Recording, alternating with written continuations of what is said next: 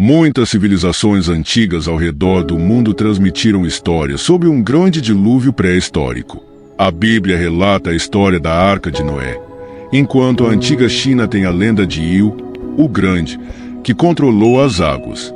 Na Babilônia antiga, também há registros de um grande dilúvio, semelhante ao que aparece nos textos sagrados da civilização maia. Muitas pessoas acreditam que esse dilúvio pré-histórico realmente aconteceu e que todas essas lendas ao redor do mundo são memórias coletivas da humanidade antiga. No entanto, outros acreditamos que isso é apenas uma encomenda. Seja como for, é muito difícil provar a existência desse dilúvio nos tempos. Hoje, vamos falar sobre a lenda do flautista de Hamelin, que gerou inúmeros debates ao longo da história.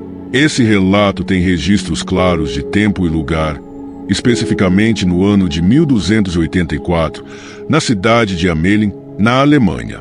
Na verdade, lendas e contos de fadas não são completamente fictícios, pois muitas vezes escondem eventos históricos reais e o contexto da época.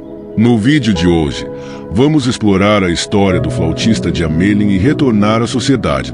A origem da lenda do flautista de Hamelin foi registrada pela primeira vez num vitral da igreja de Hamelin, pintado por volta do ano 1300, com uma inscrição ao lado.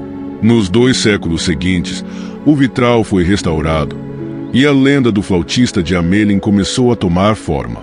No início, o relato era simples, descrevendo um homem que, após tocar uma flauta, levou 130 crianças da cidade de Hamelin até a Montanha do Calvário, onde desapareceram. Na Crônica do Conde de Zimo, escrita em 1565, surgiu pela primeira vez o conceito do captor de ratos associado ao flautista de Hamelin. A versão da história que conhecemos hoje provém principalmente dos contos alemães dos irmãos Grimm ou do poema O Flautista de Hamelin de Robert. O enredo principal da história é o seguinte: em 1284, a cidade de Hamelin, na Alemanha, foi tomada por uma praga de ratos. Os roedores invadiram as casas das pessoas sem qualquer controle. Nesse momento, um homem vestido com roupas coloridas chegou à cidade e se apresentou como captor de ratos, prometendo livrar os cidadãos dos roedores em troca de uma recompensa. Os moradores rapidamente aceitaram sua oferta. O homem então tocou uma flauta e começou a tocar. Logo, uma multidão de ratos emergidos, cercando o homem enquanto ele caminhava para fora da cidade. Ao chegar ao rio Vezer, os ratos seguiram o homem até a água e Siafo. Após concluir sua missão, o flautista realizou o pagamento prometido. No entanto, os cidadãos, agora livres da praga, recusaram-se a pagar, apresentando várias desculpas. Furioso, o homem saiu da cidade. Não muito tempo depois, ele retornou, novamente tocando sua flauta. Desta vez, todas as crianças da cidade correram ao seu encontro, seguindo para fora de Hamelin. Elas o acompanharam até a montanha, onde desapareceram para nunca mais vistas serem. Uma babá que carregava um bebê abalou o grupo e testemunhou tudo o que aconteceu, relatando o que viu aos adultos da cidade. Quando os pais descobriram o desaparecimento de seus filhos, desesperadamente os procuraram, mas já era tarde demais. Ao todo, 130 crianças desapareceram. Disse que uma criança sobreviveu porque voltou para casa para recuperar sua casa. Para lembrar esse trágico acontecimento, os moradores de Hamelin batizaram a rua por onde as crianças passaram da Rua Silenciosa, onde até hoje é proibido tocar música. Em 1572, o prefeito da cidade mandou pintar a história em vitrais na igreja, e foi assim que os irmãos Grimm mais tarde escreveram As Crianças de Hamelin. Em outras regiões da Europa, também existem lendas semelhantes. Em 1250, em um vilarejo perto de Paris, França, uma praga de ratos assolou o local.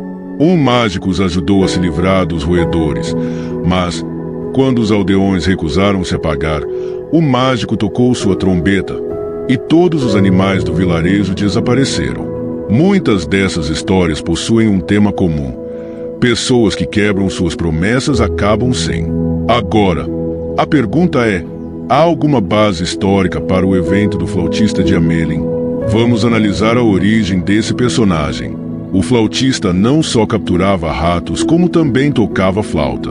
Podemos supor que ele fosse um captor de ratos e flautista itinerante. Durante a Idade Média, as infestações de ratos eram comuns na Europa, e por isso surgiu a profissão de captor de ratos. Eles ganharam a vida ajudando as pessoas a se livrarem desses animais, mas, assim como os flautistas itinerantes, não tinham uma residência fixa, sendo frequentemente marginalizados.